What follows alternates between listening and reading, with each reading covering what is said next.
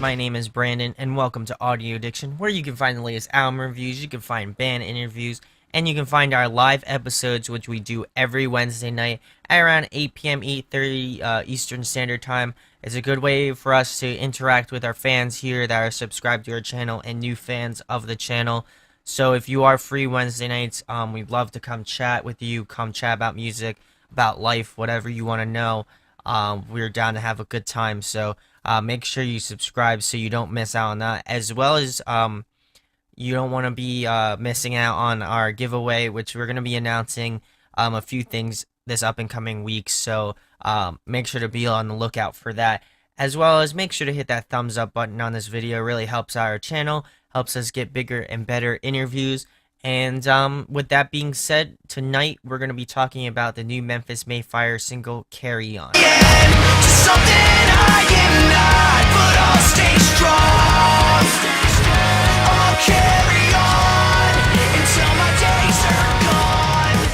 So, for those of you who don't know, I'm a huge fan of Memphis May Fire. I've loved all of the works that they've done, everything from Sleepwalking to Unconditional. But, you know, I would probably say Unconditional is a little bit of my least favorite, but I definitely enjoy some of the songs on the record. But Sleepwalking, The Hollow, Between the Lies are some of my favorite records that they've done, and some of my favorite records of all time, you know, being Sleepwalking and The Hollow. And, you know, obviously The Hollow is highly regarded amongst Memphis May Fire fans. I would say that, you know, most people say that they love The Hollow, and that's what's gotten them into, you know, Memphis May Fire.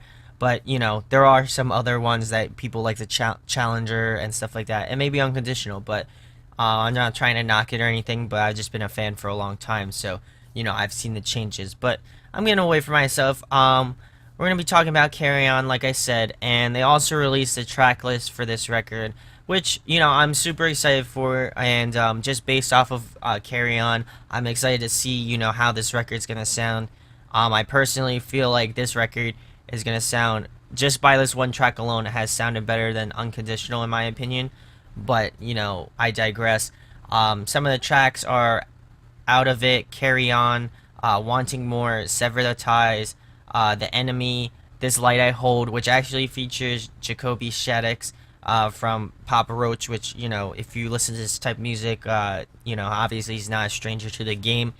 And, you know, I appreciate that. I actually like Papa Roach a lot, and I'm excited to see him on, you know, Memphis May Fire track. I'll have to see how it sounds and stuff like that. And, you know, obviously I'll be doing a review on this album when it comes out in October, the end of October. So as well as they have tracks like That's Just Life, Letting Go, The Antidote, Better Things, Not Over Yet, which features Larry Solomon, who actually is the vocalist for, or who was the vocalist for My American Heart, which is another one of my favorite bands.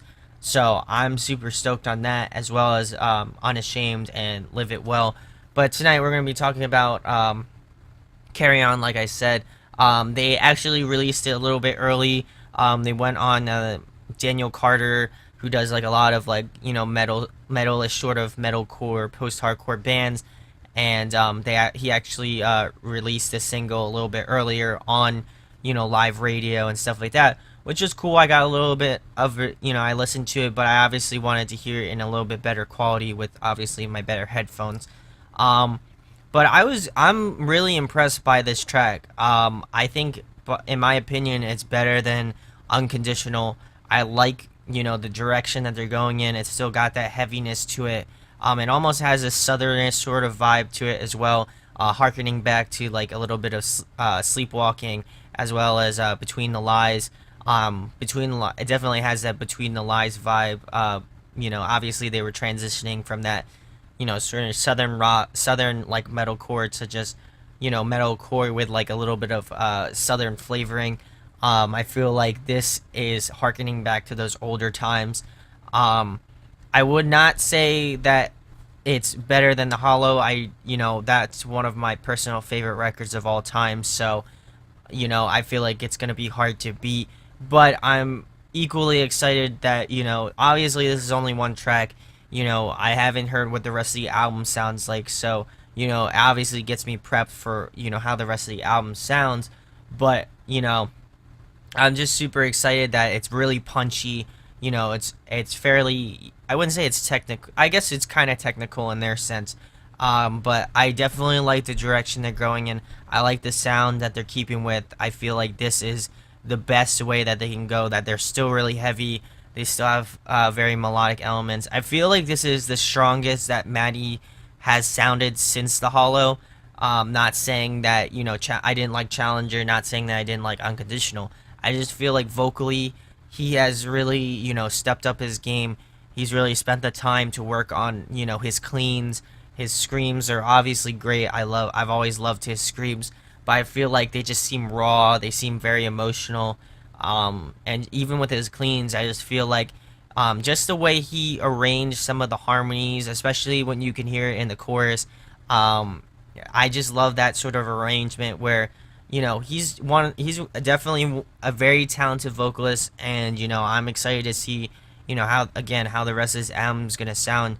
I hope that obviously there is some diversity in this record, but I also hope that they kind of keep to the more original format.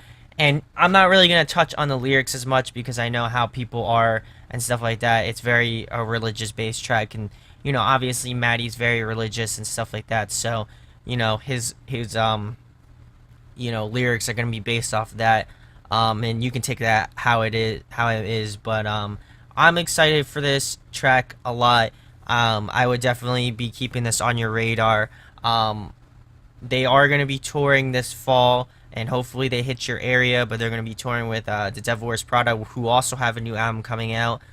Silverstein, if they come to your area or not. I think they're not on the first couple dates, if I'm not mistaken, but I'll have to double check.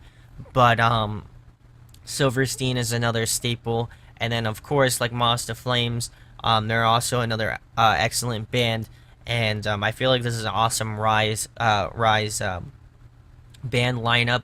I like all of those bands, and you'll definitely be seeing us and I speak for everybody in audio addiction. You'll definitely be seeing us at the Electric Factory date in Philly. So if you're there, come say what's up to us. Come chat with us. Don't be too shy. We're just regular old people just having fun listening to music. So it'd be amazing if some of you came up and said what's up. That'd be cool. But anyway, my pros on this track is that I like the direction that they're going in. I like how this track's being worked out and stuff like that. I like just Kellen's an amazing guitar player. Shout out to Kellen. I've always liked his guitar work over the years, so it's just cool to see how they've progressed and how they're going and stuff like that. And Maddie is just getting better with every album, I'd say. He just does a great job balancing the cleans and the screams, and I've seen him live, and I feel like he replicates it very well. So I'm assuming they're gonna be adding this to their live live set list.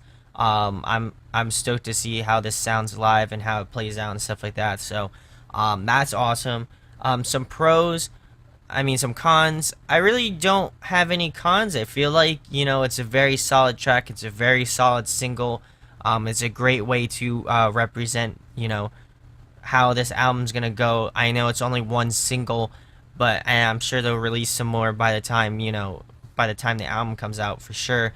But it gets your palate wet and your ears ready to listen to some new Memphis tracks. So I'm super excited. I know that they spent some time on this one, so I'm excited to see the maturity and the level of musicianship on this track. So rating wise, I'm probably gonna rate this I'm definitely gonna rate it an 8.6 out of 10. I'm excited that again they're taking some essence of their older albums and kind of mashing it together with their sound that they're going with in Unconditional and their Unconditional deluxe version with the tracks that they released, like Stay the Course and stuff like that. I like that direction that they're going in, sort of like that heart. Same old stuff, but just some flavoring of their past records. So if you're a huge Memphis May Fire fan, Don't miss out on this record. Don't miss out on this track. This one's a really good one, and I enjoyed it a lot. Let me know what your thoughts are in the comment section below about this track. Like I've said about 5 times now, I've really enjoyed this track. So let me know what you think they can improve on. Do you think it's a good track?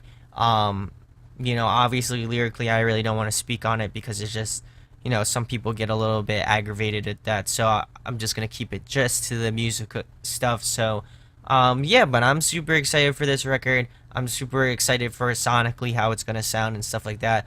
And I can't wait to do a review on it. It's gonna be an amazing record. I hope it, equals up to the, the hype that, the Hollow has, but only time will tell. So, yeah, that's pretty much it, guys. Again, let me know how I did. Let me know what your thoughts are on the track, of course. And again, make sure to hit that subscribe button, hit the thumbs up button. It helps out our channel a lot, and I personally appreciate it a lot. So, with that being said, we'll talk to you later, guys. Peace.